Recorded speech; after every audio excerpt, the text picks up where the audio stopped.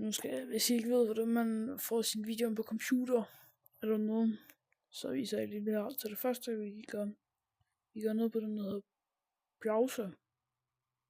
Så går vi ind på Google. Så skal I lige ned og verify jeres mail og alt det der. Så trykker I på dem her. Og så går I ind på driver. Som I ser. Og så, som I kan se, der er noget new her, så trykker jeg på den. Og så file update, upload. Så tager jeg bare den video, I gerne vil have den. Som jeg nu for eksempel tager den her video. Så trykker jeg på den, vælge.